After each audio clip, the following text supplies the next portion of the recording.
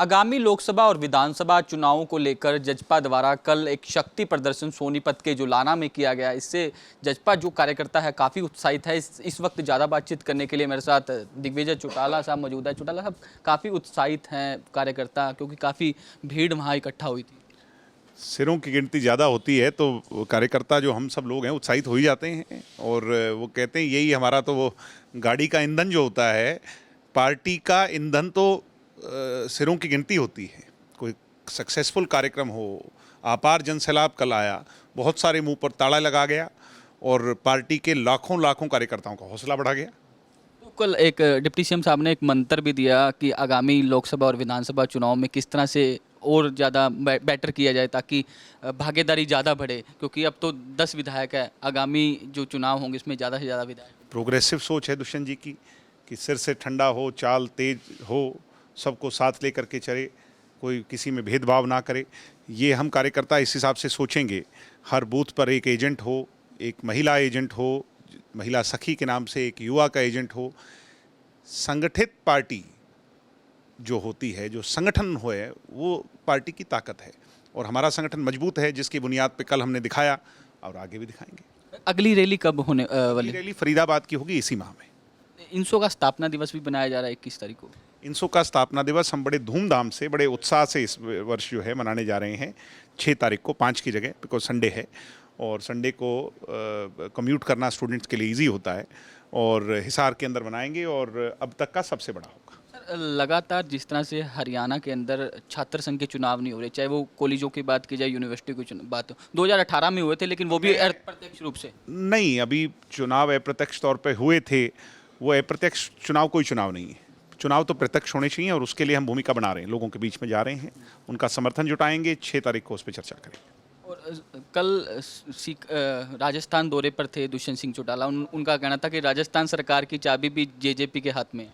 हालात ऐसे बन रहे हैं, पीछे 17 निर्दलीय विधायक थे या छोटी पार्टियां शामिल थी और आगे इसकी संख्या बढ़ने जा रही है। तो इन रीजनल फोर्सेस के बिना राजस्थान की, वो कहते हैं, ताला नहीं खुलेगा और जब चाबी मजबूत होगी तो फिर तो ताला चाबी से ही खुलेगा। तो किसी से अलायंस भी होगा या फिर अकेले, मतलब अभी इस पे चर्चा चल रही है, ये देखो भविष्य में। चौधरी वीरेंद्र सिंह के बयानों को किस तरह से देखते हैं? हिसार के अंदर कहा था कि छुटकारा पालो, बीजेपी को नसीहत दे रहे थे। तो बीजेपी को कहा उनने, हमें थोड़ी कहा है। वो तो फिर बीजेपी अपने ही नेताओं को वो कह रहे हैं। वो खुद ही सेटिस्फाइड नहीं है, कुछ उनने काम नहीं किए। जो काम करता है उसको ये चिंता नहीं होती कि इसको रख लो और इसको हटा लो। जो डेवलपमेंट करता है, जिसने काम किए हों, अपने काम की बुनियाद पे कहता है और ताल ठोक के कहता है कि हम आगे भी करेंगे। उन्होंने कहा दुष्यंत चुनाव नहीं लड़ेंगे। दुष्यंत ने कहा मैं चुनाव लड़ूंगा, लिख के दे रहा हूं और उस दिन बात करेंगे जब चुनाव हो। तो आगे क्या कार्यक्रम क्या रहने वाले हैं जेजेपी के? एक आपने बताया कि एक रैली जो फरीदाबाद में होगी, उसके बाद क्योंकि बीजेपी ने 7-8 दिन में 9 लोकसभा जो बीजेपी का फैसला है, बीजेपी कैसे करना चाहती है। हम हर महीने में 2 करना चाहते हैं क्योंकि अभी चुनाव में समय है।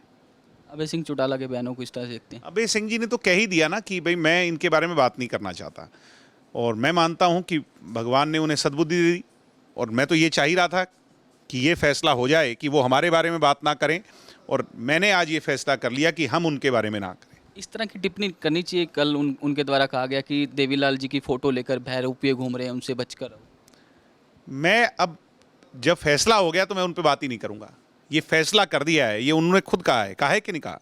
उन्होंने खुद कहा है कि मैं इनके बारे में बात ही नहीं करना चाहता। तो इससे बढ़िया बात हमारे लिए कुछ नहीं है कि वो हमारे बारे में बात ना करना चाहे। हमारा पीछा छोड़ें, किसी के और पीछे पड़ जाएं। अब कल परसों चौधरी रणजीत सिंह जी के बारे में उल जलूल कहने, कम से कम उम्र देख करके बात करें, किसी व्यक्ति का कद देख करके बात करें। उनको वो बहक चुके हैं। वो आज के दिन he is not in the right mental stage.